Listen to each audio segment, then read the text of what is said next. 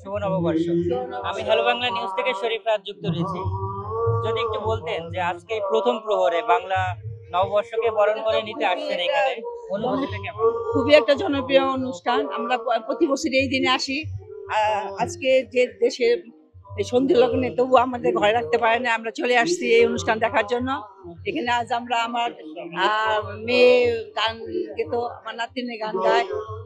খুবই একটা জনপ্রিয়, মানে এটা আমাদের মনে হয় হৃদয়ের সাথে মিশে আছে, যার জন্য আমরা এই তাগিদে ছুটে এসেছি এখানে। প্রতি বছর কি আসা হয় এখানে? আমার প্রতি বছর আমি ঢাকায় আসছি 83 সনে। একবারও আমাদের বাদ যায় নাই, প্রতিবারই আমরা এখানে আসি। এই যে একবার বোমা হামলা হইলো, সেবারও আমার মেয়ে মঞ্চে ছিল এই অনুষ্ঠানে। তারপর আমাদের একদিনের জন্য একটা বছর আমাদের বাদ যায় না, প্রতি বছরই আসি। আজকাল যে সন্ধিক্ষণও আমরা আমাদেরকে ঘরে রাখতে পারি না, আমরা চলে আসছি। পরিবারের কতজন আসছেন? আমরা আসছি হলো 6 জন আসছি আমরা এখন। আরো আসতেছে সবাই, আমরা এই জায়গাটায় সবাই একত্রিত হবে। সবাইকে নববর্ষের শুভেচ্ছা জানাচ্ছি।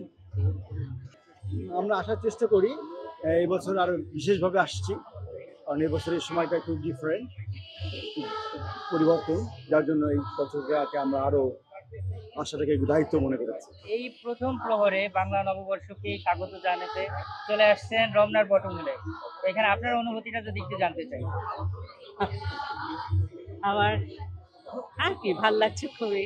আমি তো আসি, আমার বাচ্চারাও ছায়ানটে গান নাচ শিখছে, এই জন্য আমার টান খুব ছায়ানটের প্রতি।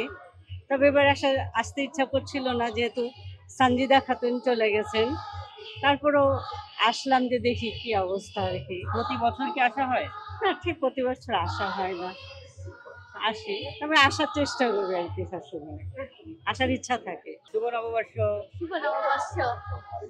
এই যে প্রথম প্রহরে বাংলা নববর্ষকে স্বাগত জানাতে এই রমনার বটমূলে এসেছেন, অনুভূতি কেমন? অনুভূতিটা অনেক ভালো, যেটা মানে কথায় প্রকাশ করা যাবে না। আমার খুবই ভালো লাগছে। প্রতি বছর আসা হয়? হ্যাঁ, কার সাথে আসছেন? আমার পরিবারের সাথে এসেছি। পরিবারে আর কে কে আছে? পরিবারে আমার মা, বাবা, আমার ছোট বোন, আমার দাদা। তুমি যে এই যে রমনার বটমূলে এসছো বাংলা নববর্ষকে স্বাগত জানাতে, তোমার কেমন লাগছে এখানে? ভালো। পান্থা ইলিশ খেয়েছো? খাবো। এখনো খাওয়া হয়নি? না।